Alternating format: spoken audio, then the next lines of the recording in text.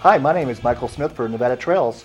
Tonight I have Don Weirach of the Angler's Edge in Gardnerville. He's here to tell us a little bit about his about fly fishing. Hi, Don. Hi, Michael. Thanks for having us. Hey, I don't know anything about fly fishing, so you're going to have to teach me. Well, we're the shop for you then. Come on in. Well, I do love fishing. I'll give you that, but you need to educate me on. So what is your, tell me about the Angler's Edge. Well, we're a full-service fly shop in Gardnerville, right there on 395, and it's a beautiful picture of the shop right there with our front yard for coming in and trying out a new fly rod, see what fits your casting stroke, and make a decision on a rod. Well, I told you I snuck over to your place in the winter when you had snowman fly fishing. Yeah. I took it for my outdoor Christmas light show. It was kind of nice. Well, you're welcome to it. You have to come by and get some of Liz's snow carvings. Sounds good. It looks like it's a beautiful place. Oh, yeah. It fits us real well. We're not a huge shop, but we've got all the heart in the world, and if we can't get it, if we don't have it, we'll try our best to get it for you. If there's Excellent. Well, I do love specific. fishing. So, anyways, you had a shot of the Shamrock Lake you were telling me about. Absolutely, and Shamrock is one of the most beautiful spots that you're going to run into out in the eastern Sierra here. Excellent. And that's pretty much the range that we cater to, is from Pyramid Lake all the way down to Lee Vining and the 20 Lakes Basin here. So once you teach me about fly fishing, this is one of the places you send me to go to. Oh, absolutely. So you get maps and directions and what to catch and how to catch them. You bet, absolutely. That's what we're all about, advice and information. So, well, what kind of fish can I expect to try to get there? In the 20 Lakes Basin here, you've got 5 different species of fish. You've got rainbows, brooks, browns, goldens, and cutthroats, and they call it the 20 Lakes Basin Grand Slam. Oh, if you can land one of each species in a day. Oh. They'll even get you the T-shirt. Oh, excellent. Well, I love eating trout, so it's making me hungry already. Well, we ask you to leave the wild trout in the rivers. Okay. Okay. The stockers and everything, help yourself to them, but we ask you to leave the wild ones in there that were born and raised there, and our wild trout populations are dwindling. That's why I'm here to learn, because I don't want to do anything I'm not supposed to do. That's fine. Absolutely.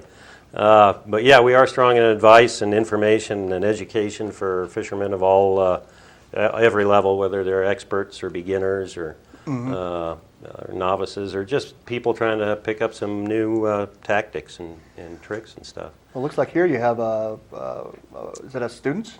This is Mickey Crete, a good friend of the shop and loyal customer and stuff, and she's fishing on the East Carson right there at the end of town in Gardnerville, That's below Broken Dam. It's hard to believe it's so close. Oh, yeah. It's so pretty. And the state stocks that area pretty heavily. We've already received about 3,000 fish in a stocking early this month. Well, so, it's now the season's open, right? Season open in California on Saturday. Never closes in Nevada. So, yeah, we're geared up and ready for some nice weather and some warm water and for runoff to be over with after the snow melt. And to get out there and get some fish. Well, if I come to your store and want to learn about this, you can take care of all my needs as far as the equipment. And Sure. We focus on service at the shop, and there's a little shot from inside at our rod rack. We carry rods, reels, apparel, clothing, boots, waders. But if there's a lot of fly tying materials and equipment, if there's something that you need, we haven't got it, we'll do our best to get it in for you. So well, my brother-in-law visits me. All I have to do is turn him loose there, and I won't have to worry about seeing him too much over the weekend. Sure, absolutely. That's heaven for him. And I love fishing too, but he's bought a couple of equipment, and it's one of his passions. So Sure. I kind of can relate. Well, we really encourage people to come in, and especially if they're in the market for a new rod. The rods can get very expensive these days, all graphite and carbon fiber composites and everything. So we really encourage them to come in, try them out before you invest in a new rod. We've got the lawn out front, and the last thing you want to do is make an investment into a new product that doesn't really fit what you're doing. So, Well, excellent. Well, can you teach me about fly fishing? You bet. We do classes on introductory classes to fly fishing, where it's a 6-week class once a week for about an hour and a half in the evenings. and we give you enough information to be pretty dangerous. We we That try and sounds get dangerous. you developed into a good casting stroke, which is absolutely key to fly fishing, and it's easier said than done by far. It's a technique that you have to practice at and work at, and you grow into. Well, I have a park across the street, so I think the neighborhood kids are safe. Perfect. That's exactly what you need, a park or a big backyard or something like that, and in about 20 to 30 minutes in the evening that you'll be willing to set aside time for casting, because developing that casting stroke, and I think we've got a couple of pictures here where I'm standing on the side of a pond here and trying to go through and give a good look at what's involved in creating a cast, and the most important thing is getting a bend in the rod. We call it loading the rod, and on the next you'll see that rod get a real good bend into it, and then stopping that rod, and the rod is going to unload, which actually delivers a fly line. It's not like spin casting where we're throwing weight and we can flip our wrists and that kind of thing. So this is step one. I think that's unload right there. Okay. That's the end of the cast. So, and I think Keith is going to have these in a nice progression here. So, but you can see the bend in the rod, which is what really is important, is getting that rod to bend. And when you see it in a freeze frame picture like that, if you were standing there watching it, you would never see it. But when you see it in a freeze frame picture, it really makes sense of what we're talking about when you're loading the rod. So if you take your classes, you can get where you pretty much put that fly where you want to put it? Well, depending on the wind, the wind is a big enemy of a fly fisherman, that's for sure. Well, it's all right. You need to have challenges. That's right, and that comes with time. The more you do it, then the more you're out there, the better you get at it. It's one of those things. The great thing about fly fishing is it evolves with you. Well, you grow into it; it grows with you. Get yourself out there, because these are beautiful shots. Is this shot local too? This is still the casting pond here. If we go to the next one. I think this is out at Hinkson Slough with the High Sierra Flycasters, a local fly fishing club in Douglas County here, and I'm helping out. I think that's Linda Worth there. That she just picking up fly fishing, getting started on it and everything, and we're starting to work on that casting stroke. They look pretty close together. Or are you teaching her? Yeah, I'm teaching her. She's got the rod, and I was just trying. I think I was getting her line back out and ready to lay out there on the water. So excellent. It's another beautiful day. Sure, and that's what it's all about. The education. We're really strong on education and helping people to get into the sport. We had the movie "The River Runs Through It," just really developed a boom for the fly fishing world. But we're starting to see a tail down on that now, and what we're really interested in is trying to get some of the younger kids involved in it, get them out and fishing. And it looks like a great family activity, because one, it looks like you continue teaching after you get the equipment, and that's where some people don't do. Right. You just kind of you have it, then what do you do, and you get them out there. Right. Well, that's the great thing about fly fishing, and if we go on to the next picture, it's part of the class that we teach here is basically the entomology of what trout are feeding on. And there you see kind of the life cycle of a bug. A lot of people don't realize that these bugs live down below the water's surface, and 80% of what trout eat is taken below the surface. And we think fly fishing, and we think, a nice dry fly presentation and the fish coming up and rising. That's what I thought, too. I thought it was just floating on the water. Well, you increase your catch ratio substantially if you mimic what's in the water, what's natural there for the trout to feed on. So these are the kinds of things that our class, we try and get people informed of. These bugs are down in the water there for 3 to 4 years before they actually float to the surface. And so when you send me to some of these areas, you tell me what flies I should have. Absolutely. Yeah, that's a big part of it, because some insects are more predominant in other areas. Yeah, I would think so. It's not like it'd be different everywhere. Right. Yeah. Absolutely. My fly fishing in Michigan is completely different than here. Yeah. But you will find some patterns that do remain the same, too. So it's just a matter of the life cycles that we get around here in this part. We do have insects coming off the waters year-round. So, and if we go to the next picture, we We also include information about reading waters. What's a feeding lie for a trout? What's a resting lie for a trout? Mm-hmm. Where are they most likely going to be holding? And where you should be presenting, how you should present into those areas.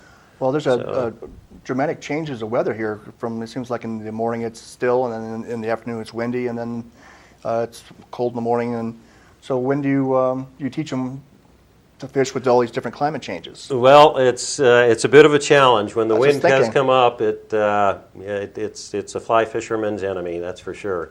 But if you develop a good casting stroke and you've got a good rod, you can stay out there for quite a while. Well, It's there's some issues. surprising. It looks like they have some trees that can block some of the wind if you're in the right location. Yeah, but boy, I tell you, they're definitely fly eaters too. Trees love flies. Well, I'm good So- at feeding trees. Yeah, you do quite a bit of it here in Nevada. So So basically, you do the fly casting lessons, and it looks like you're there for the person. absolutely, yeah. We can do our full class of introductory to fly fishing, or we can do individual fly casting lessons. Just bring you in, teach you how to get the casting stroke down. Again, we really encourage, as soon as everybody gets started, they get the fundamentals of the cast down. We really encourage them to go out and fish. Well, do you do this teaching yourself, or do you have Liz help you, or who Oh else? yeah, absolutely. Yeah, You have Liz and other I are people both too? very active in it, and we do pretty well on our classes. So Excellent. How many people do? we keep the class size limited to about 8 to 10 people, Mm-hmm. so that we can spend enough time with each individual person, especially establishing that casting stroke. Well, that sounds perfect. So you're not after the Yeah, big we do- crowd. You're after we to don't take have- care yeah, of teaching. we're not going to have to deal with 50 people or anything like that. Well, that sounds like So education. That's a good thing. that's the way we like it. But we also do fly tying.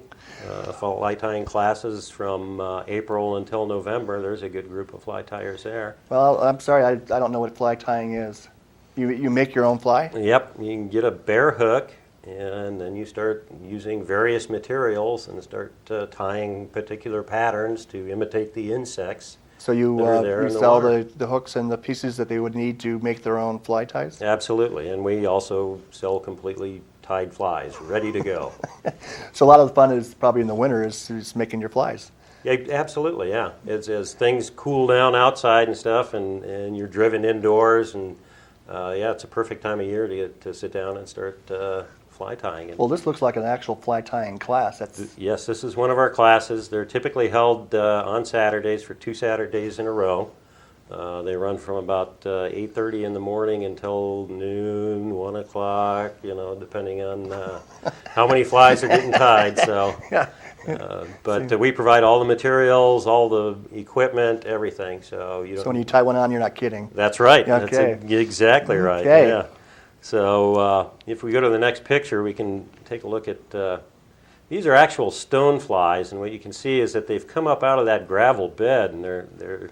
This is a beautiful picture by Jerry Myers, one of our. She's an outdoor photographer and a good client to the shop, but she's got pictures of stone flies here hanging on the side of that log. Okay. And these are the critters that live down in the water for about 3 or 4 years, and then they come out and they dry out, and they'll crawl out of those exoskeletons and turn into a flying insect. And they mate, and then the female will dip back down to the water to deposit her eggs, and that's when the trout rise up and eat Excellent. the fish. Oh, that's a good shot. So yeah, it's very interesting when you kind of get into some of the entomology of it all. So if we go into the next picture here, this is the fly that we would use to represent a stonefly.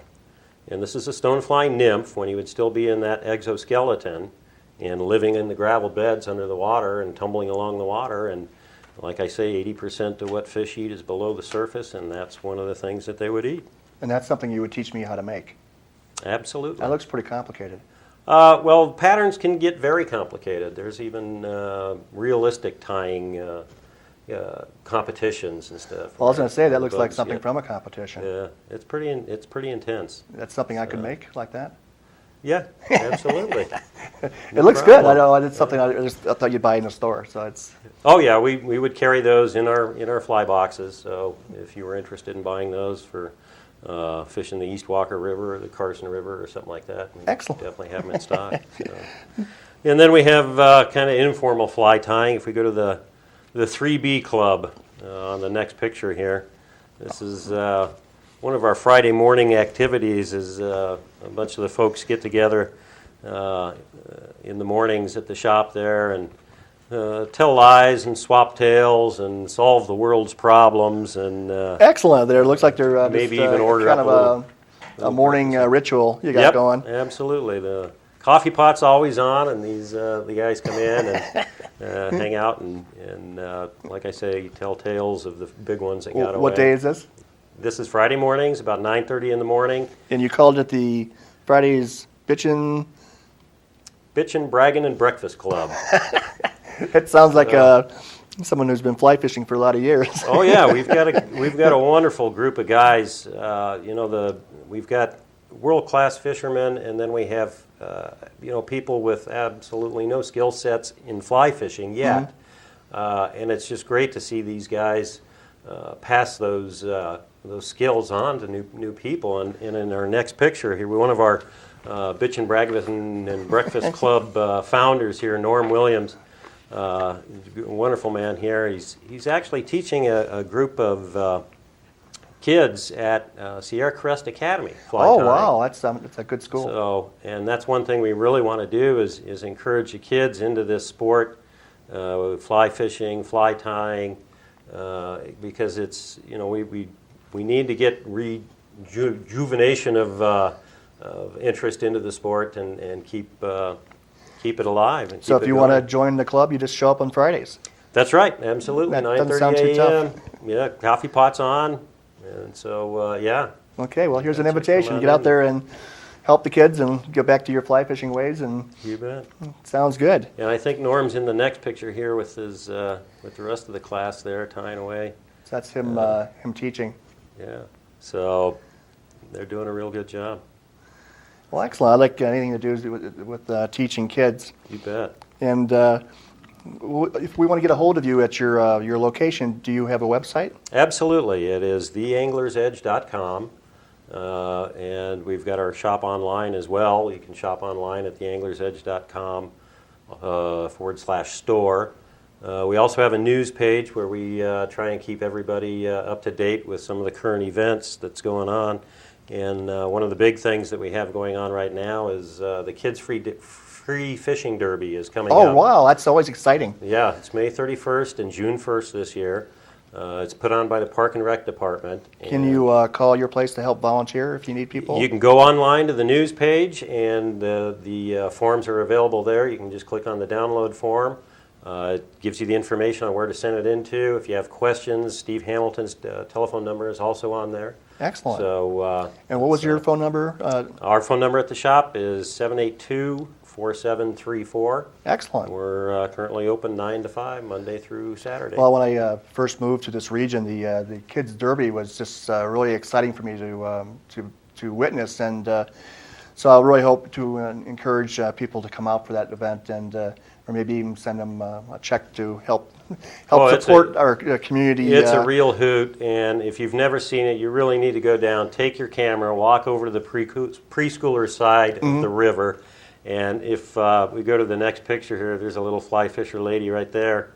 But I think the 2006 winner is in, there you go, look at that young man with the haircut and a big fish too. Well, how about old, a 5.5 pound cutthroat there. How old is he right there?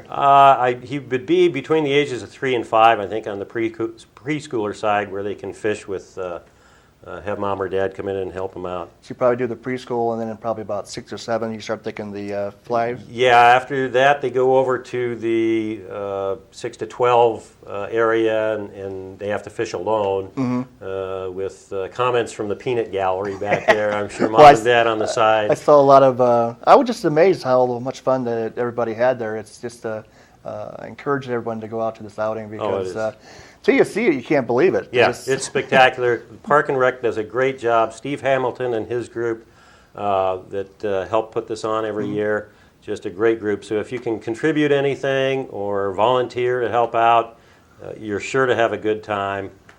So yeah, please get out there and help these kids get interested and get away from the computers and the video games and out on the river. We're about getting people outside, and Lampe Park is in Gardnerville, and it's a short drive from anywhere in this region. So get out there and take your children fishing, and I believe they even clean the fish too. Yep, you can take it to the cleaning stand there, having it all cleaned up and ready for the frying pan Well, when you get home. didn't they stock like thousands of fish? Oh, we get fish come in from the Lahontan Cutthroat Hatchery, fish come in from the state of Nevada. The group also buys fish, so that little creek is just jam-packed full of fish. Well, and you can see they don't put small ones in there. There's some nice ones in there too.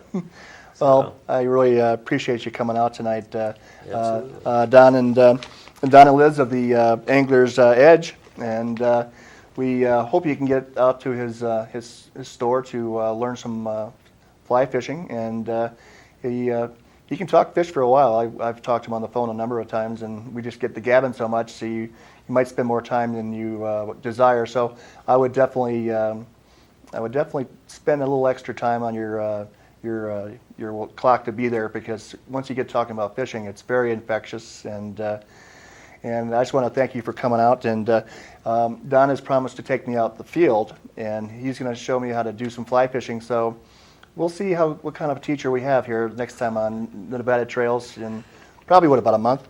Yeah, probably so. We got to let runoff get through, and then, we'll get you out there. Well, we'll get you into fish. I love fishing, so I'll have a good time. Thank you, Don. Thank you, Michael. I really appreciate you it. having us. Yes. Thanks. Hi, and my next guest is Melinda Mattis of the Partnership of Community Resources.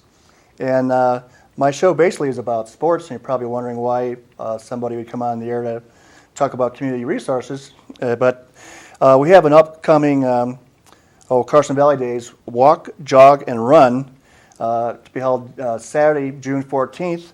And could you tell us a little bit about this, Melinda? Yes, the Partnership of Community Resources is a community outreach organization that is a part of the mission statement is wellness of the community. Mm-hmm. We do a lot of prevention education in our community with tobacco, alcohol, drugs, teen pregnancy, and suicide. But part of the mission statement is the wellness of the community. And for our first annual jogathon, we decided to go big. We did a reach out to the 2030 Club in Carson Valley and asked them if we could participate in the parade by being the first act in the parade. Well, I think that's a fantastic idea. A couple years ago, I was actually a lucky duck walking around and helping or talking to kids.